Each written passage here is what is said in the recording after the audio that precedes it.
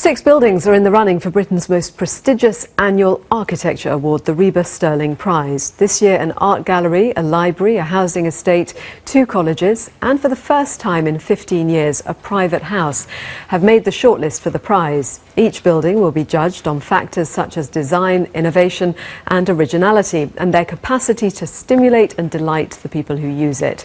We visited all 6 contenders to understand what makes these buildings special, and over the coming days we'll be showing a short film on each of them. Today's building is the Western Library in Oxford.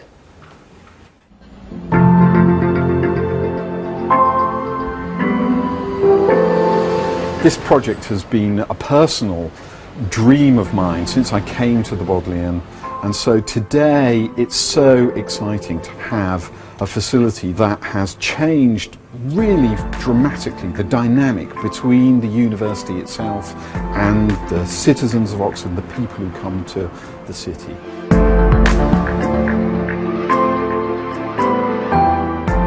The Western Library is part of the Bodleian Libraries, a group of research libraries in the University of Oxford, which was founded in 1602 and is now the home for the Bodleian special collections. It's rare books, manuscripts, archives.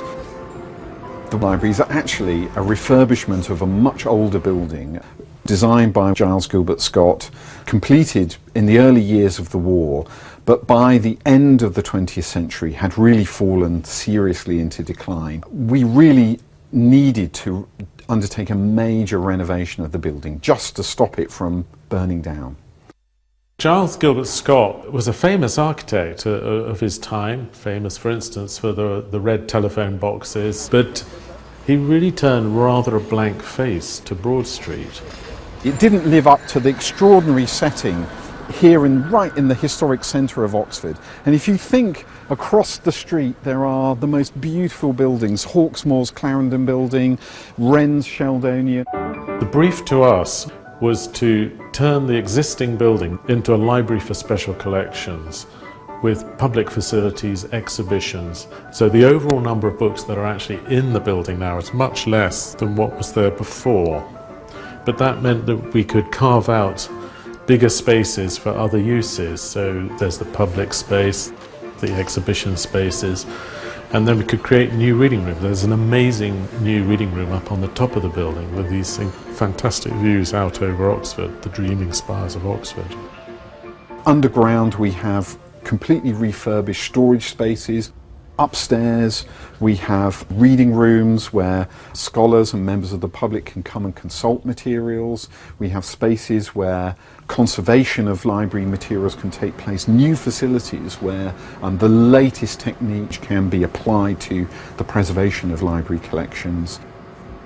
In a way, externally, this is the biggest change. By introducing this long horizontal glass wall, some 3 meters or so back, it's completely transformed the facade of the building to something that's much lighter than it was.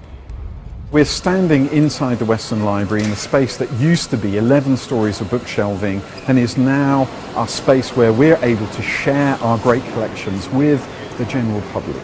Well, when I came in, I looked up, and what I really liked was the fact that instead of walls hiding the books, because after all it's a library, the fact that you've got glass means you see all the books. When I was a student here, people said that it was a bit depressing, it was a bit 30s, it was a bit like a public library. Now it's got this very nice canteen and the good exhibitions, very spacious, and it really has made a difference to the centre of Oxford. Previously I walked around it for many, many years and it always seemed to exclude people. Now that it's open with a glass front, it's very, very welcoming. It's a joy. It's become one of the most loved buildings in an incredibly short space of time in this city full of extraordinary buildings. And that's been one of the most wonderful aspects of the whole project.